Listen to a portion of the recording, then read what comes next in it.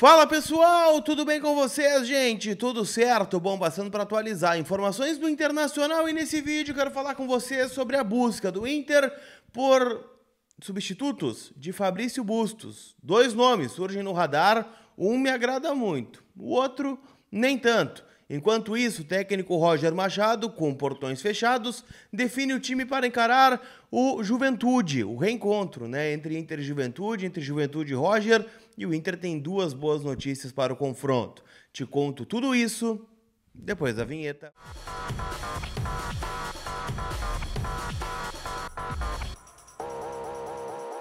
Tudo bem, gente? Vamos trocar uma ideia então neste vídeo que tem o apoio da Mais Ágil, que antecipa o saldo do FGTS em menos de 24 horas. Então tá com algum tipo de problema financeiro? As contas estão batendo na porta e tu está precisando de ajuda? A Mais Ágil é o caminho correto. O link está na descrição aqui do vídeo, onde ali mesmo, no WhatsApp, você já dá abertura ao processo de antecipação do FGTS e tira todas as tuas dúvidas. Ou no WhatsApp, que eu estou deixando aqui na tela para vocês, tá bom? Mais Ágil, minha parceira aqui no canal, recomendo o trabalho deles para você que tá afim, de solucionar, os problemas financeiros ou, que tá planejando fazer algum tipo de investimento e conta com o dinheiro do FGTS. A Mais Ágil é super confiável e você pode chamar eles agora.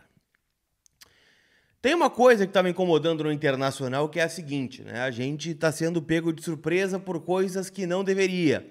O Bustos, deve jogar inclusive amanhã contra o Tajeres pelo River Plate na estreia da oitavas de final da Copa Libertadores da América, jogo de ida.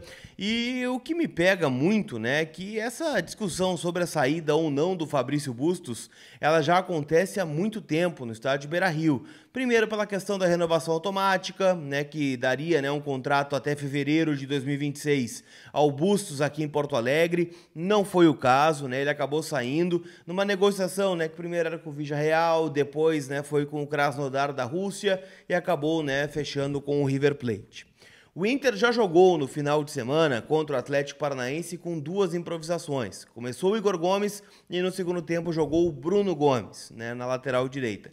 Nenhum deles é lateral, gente. O Igor Gomes é zagueiro e o Bruno Gomes é um volante.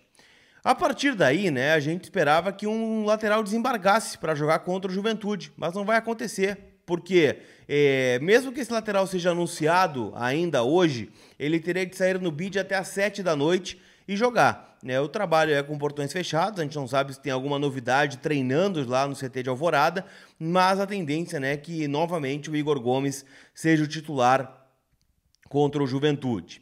Mesmo assim, dois nomes estão sendo especulados em relação ao lado direito de defesa do Internacional.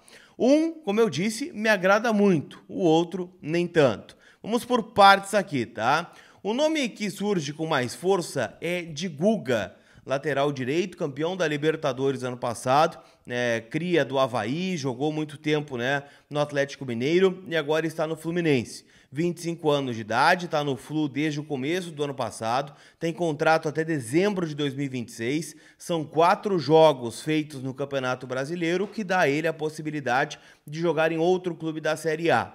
Foi usado em 18 jogos na temporada, sendo titular em 13 partidas desta,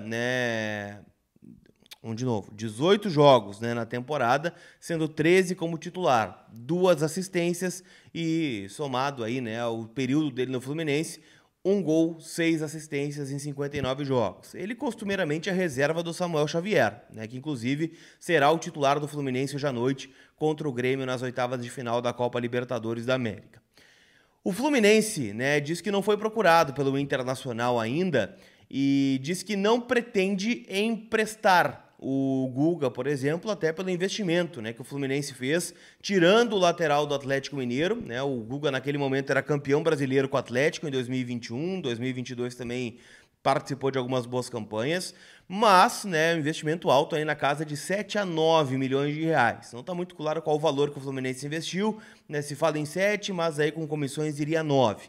O Inter não vai pagar esse valor, afinal o Inter tem muitas dificuldades financeiras. que é inclusive o que afasta o Inter do nome principal, na minha concepção aqui, que é Matheus Henrique, 22 anos, lateral que está sendo um grande destaque do América Mineiro na Série B. Contrato até o final de 2027. Eu sei que muitos podem contestar, né? Porra, Colar, trazer jogador da Série B, tá pequenando o Inter. Cara, quem já viu o Matheus Henrique jogar sabe que a partir do momento que ele pisar no Beira-Rio, o Inter tem um valor aí importante para negociar, porque esse jogador é muito talentoso. São 45 jogos no profissional, 3 assistências, né? Foi titular do time mineiro em 25 jogos, sendo uma peça importante aí no América Mineiro, que geralmente revela bons jogadores, né? A gente pega aí alguns nomes que surgiram no América nos últimos anos. Acho que o Richarlison, o maior deles, né? Que hoje está no futebol inglês.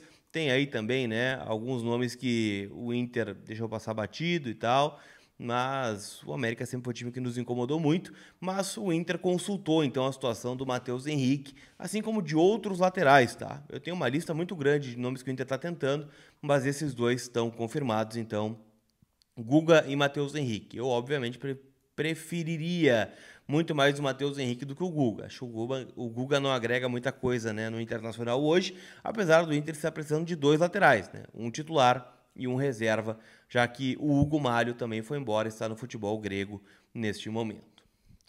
Projetando um pouquinho o jogo de amanhã contra o Juventude, né, jogo atrasado do Campeonato Brasileiro, o Inter tem 5 partidas atrasadas, né, vai fazer o primeiro contra o Juventude. Jogo no Beira-Rio, 7 da noite, Fernando e Gabriel Mercado devem ser as atrações do time do Roger Machado, a ver-se no time titular. O Fernando, o Roger deu uma pincelada aí na última coletiva de que ele está voltando de lesão e claro que isso acarreta, né, algumas situações de, poxa, será que vai voltar já jogando?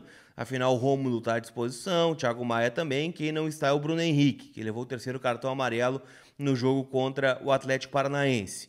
O Mercado poderia entrar na vaga do Rohel, né, que segundo o Roger estreou nas piores condições, né, não tinha treinado ainda, estava se ambientando, mas eu acho que o Mercado volta para o banco de reservas.